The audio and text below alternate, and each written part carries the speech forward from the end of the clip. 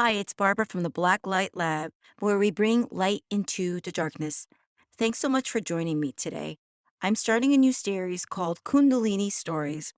I think the best possible way for someone to grow and learn is to have someone before you show you what worked and what didn't work. And so by me opening up, I hope that sharing my personal experiences will actually bring some clarity to somebody else because I know that during my awakening, I have been looking for others like me and I haven't found anybody like me.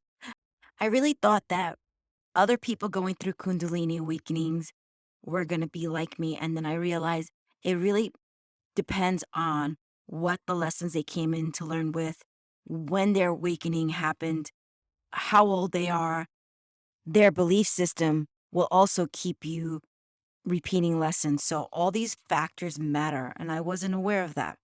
But before we go ahead with my stories, I also would like to say that I recently found out in my adulthood that I'm neurodivergent. I've always had ADHD, but now that I understand that I am on the spectrum, these stories have new meanings for me because I wasn't aware of it. And I always thought I was just weird and different and never fit into this world. And now that I had a Kundalini awakening and I realized that a lot of the things that happened to me was because my brain works differently. So I'm going to speak to this in the best, highest possible way to show you where the lessons were and my form of thinking. So I'm going to share three different stories where I have cried and let go of resistance in my body and where the universe said, okay, she just freed herself and has shown me that by me crying and moving this energy from me, which I had no idea I was doing at the time. Now going through this awakening, of course I understand that that's the key, but I needed to cry. So the first story starts back when I was about in my early 20s. I was working at Banana Republic. I had worked for that company for 13 years, but at the beginning, I was a salesperson and I really did a real good job. I want to keep these stories clear, so I don't want to go off on a tangent, but let's just say that I had a lot of childhood trauma, which made me a very attentive person. And so I did my job really well. I've been working since I was 14, and I really have a good worth ethic. And I'm always like, what can I do next? And so they asked me to participate in a holiday window, but I was a salesperson. I was in the sales program, and I was being fast tracked, but I was already having a difficult time doing that job because when it came down to numbers, I didn't know at the time that I had dyscalculia. I had trouble with pulling up the percentage, the KPIs, all the numbers you need to fill out in order to know your business, right? So I was really excited and I said yes to helping out with this window. And so I did it, no big deal. I had a great time. And I was put back onto the sales floor after that, and I was working in the fitting room, and I think it was this big sale that we were having, and the fitting room was filled to like my shoulder, like I'm only 5'2", and it was so much clothes, right? And I'm like, this, I can't do this, and I started to cry. I'm like, I can't do this. I'm gonna quit. This is not worth it anymore, and I was ready to give up. And I broke down and I cried. And I went to the bathroom. I remember I excused myself and I came back and they were like, they're looking for you. They want to talk to you. And I was like, oh, I'm just going to quit. I can't take this anymore. And they brought me down to the office and I'm sitting there and I'm like, what's this about? And lo and behold, I get promoted to the visual team. So let's fast forward a few years later. I was working at Macy's and I had a boss who was caught stealing and he was let go and I was left to run the department. And I had only been there, I think like less than a year, a few months. And he was fired and I ran the department and I was doing a really good job and I thought I was going to get promoted. And then they brought in somebody who used to work there and she was a woman who I like to say was an archetype. if you ever heard of the Jezebel spirit, where it's that type of woman where everybody loves her, she's great, but she has a problem with other women. And she only talks to men and she likes to get her way and be coy and all that and that type of energy. Now, we all at some point might have had that energy. I know that I have in the past. But in this instant, she was coming to bring me a lesson. And she had a lot of the energy that I think came from that type of woman that my mother might have been in her younger years. We go through these archetypes and then we grow out of them. So I'm aware of that now. Of course, I wasn't aware of that then. So I had a lot of animosity for what she put me through.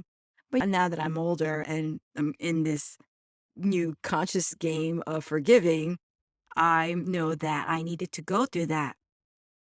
But what she did was she had made my life really hard. From the day one, I thought she was gonna come in and I was going to like ease in and to hand it off to her. But no, like second day, she took over and I was dumbfounded. And I'm like, I wasn't ready for that. And then she started giving me less work to do and she started putting me with I was a manager there. I started putting me to do regular visual work with the rest of the team. And she just wanted me out of her face. It was 2 weeks before Thanksgiving, and I was working with the overnight team installing Holiday on the main floor at Macy's.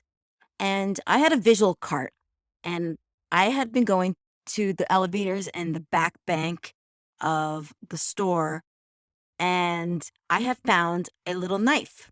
And I put it on my cart, and it was the end of the night, and I left it there, and I forgot about it. Went back to work 2 days later after the overnight, and I was working on the floor, minding my own business, and security came down to get me. And I was like, oh, what's this about? And they brought me upstairs. They sat me down, like, has anything funny gone on? Anything wrong? I'm like, no. I'm like, did you find anything maybe? And I was like, oh, I did, as a matter of fact. I found a knife. I have it on my cart. I didn't take it home. I said, do you want to come downstairs? I'll give it to you, no problem. And they're like, sure. And they followed me and I went down there and it was right there in the cart and I gave it to them. No big deal. I thought, okay, they brought me upstairs. They're like, well, we're going to suspend you. I'm like, suspend me? For what? Okay. So I get suspended. So they bring me back in like 3 days later and they tell me that they were letting me go because I did not follow policy and procedure and take it to lost and found. But they were allowing me to collect unemployment and that they were going to give me a recommendation. And I was just dumbfounded that this was happening to me. I know I didn't do anything wrong, and I knew it was because of this unfortunate woman who, I guess had something against me, and the universe was just trying to move me into something better. But I didn't know it at the time. So the story gets better. I left the store. I was crying. I ride my bicycle back to work, back and forth. So I was on my bicycle. I stopped off at 23rd in Lexington in Manhattan. I got off my bike and I was just crying my eyes out like tears. And I'm like, I cannot believe this is happening. But what nobody else knew was, in the meantime, I had become friends with somebody who used to work at Ralph Lauren and we had done this big install and he loved me and we got along so good. And he was like, yo, I have a position open. So I want you to come work with me. And I'm like, I can't just quit. It was that we had a non-compete clause. So I couldn't interview for that job while I was still working at Macy's. And so I had to either quit or get fired, right? So I'm crying there on the street, and I all of a sudden something told me like it's really interesting how these like things happen to me. But I just got like this incline to call him and tell him what happened. And he asked me questions like, what, did you steal? I'm like, no. I'm like, look, I'm like, they told me I could get a letter of recommendation, I could get unemployment. Like if I got unemployment, if I had stolen something, I could not collect unemployment. So he's like, okay, okay, he's gonna reach out to his HR and like, I'll get back to you. Gets back to me. He's like, come down for interview 3 days later. And then we took me out to lunch and I thought I was going there for an interview. He's like, no, girl, you got the job. And he gave me an offer and I couldn't believe it. Like, oh my God, I'm working for Ralph Lauren. This is incredible. And so I began my new career. I had to go through 2 weeks of training and then they put me back into Macy's. And when the people at Macy's saw me working for Ralph Lauren, their mouths dropped. They could not believe it. And so that was an instance where decided to cry. I let out the emotion of resistance. And then I said no. And I did something about it instead of going home and wallowing. I handled it. And I spent another good 8 years working there. And I have more stories to tell about that place, but that leads me into the last and final story of crying and resistance. So I had a boyfriend who was I like to say, my catalyst twin flame. I don't think he was the real one, who started my Kundalini to awaken with.